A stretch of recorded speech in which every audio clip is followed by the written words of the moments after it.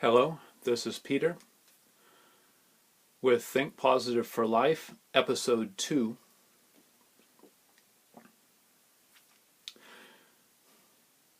In the previous episode, I talked a little bit about how events happened in university where I challenged myself to think positive for life, to think and speak in as positive a way as I could. That was about 20 years ago. So 20 years ago I challenged myself to think positive for life. And now I'm challenging you to think positive for life. In the last episode we talked about what positive thinking is, and we also talked about something called situational awareness. Positive thinking is a fairly simple concept, I think. It's phrasing your thoughts and speech in a positive way rather than a negative way, because everybody has a choice in how they speak and how they think. Situational awareness is focusing on your surroundings, paying attention to your surroundings, and adjusting your plan in real time.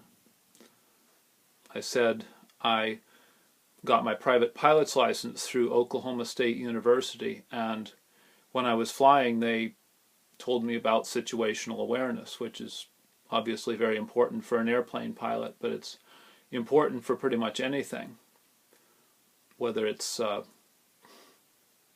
soldier during an operation or driving a car or running a business. Anything that you have to do that takes more than just a few moments requires situational awareness. I talked about those in the last episode, and in this episode I'm going to introduce a third powerful mental tool that I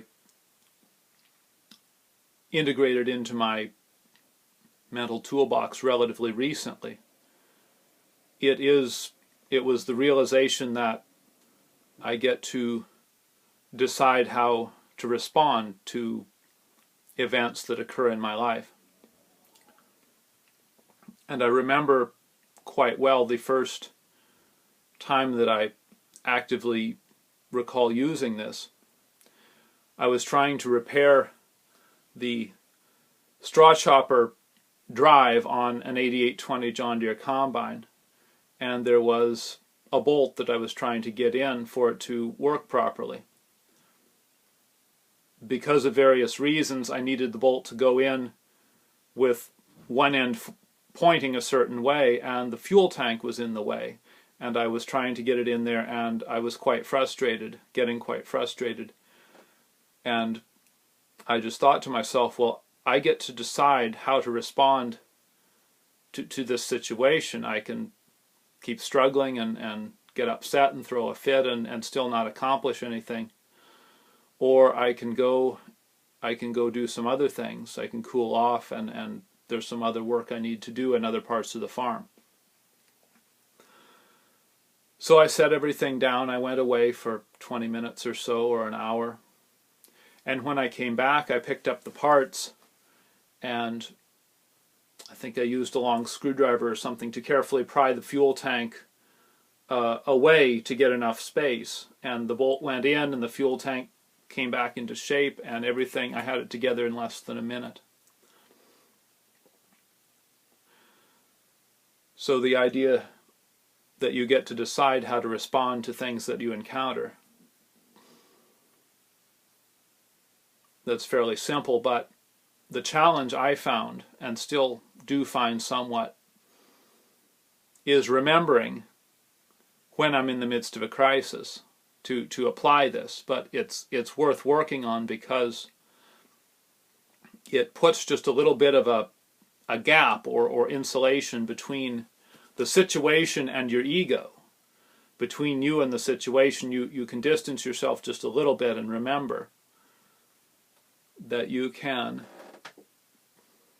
get to decide how to respond.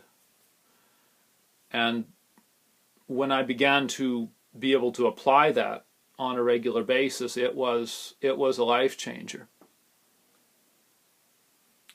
I literally was not the same after that.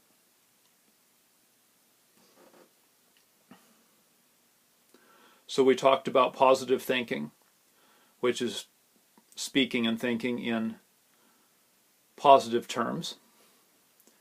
Things will go all right today. Situational awareness, which is paying attention to your surroundings and updating your plan in real time. And this third powerful tool I introduced, remembering that you get to decide how you respond to everything you encounter in life. Now, these three tools require practice like any skill. If you play a musical instrument, or you knit or crochet, or if you drive race cars, or who knows what, motorbikes, snowmobiles. If you've been doing that for a while, you've gotten pretty good at it. And if you stop for a while, like if you put the snowmobile away in the spring and then you take it out in the winter, the next fall, it takes maybe just a little bit of riding before you're back to where you were at the peak of your competence riding a snowmobile in the middle of the winter. These mental tools are the same way. You have to keep working on them. They will become automatic with focus over time.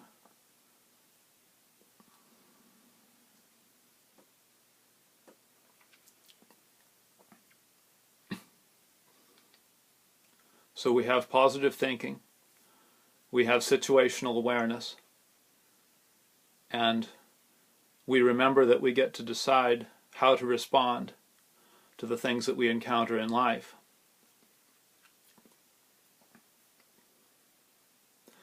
"20 years ago, I challenged myself to think positive for life. And now, because I'm not merely content to grow as a being, but I also want to grow as a being and add value to society, I'm challenging you to think positive for life." Thank you for watching.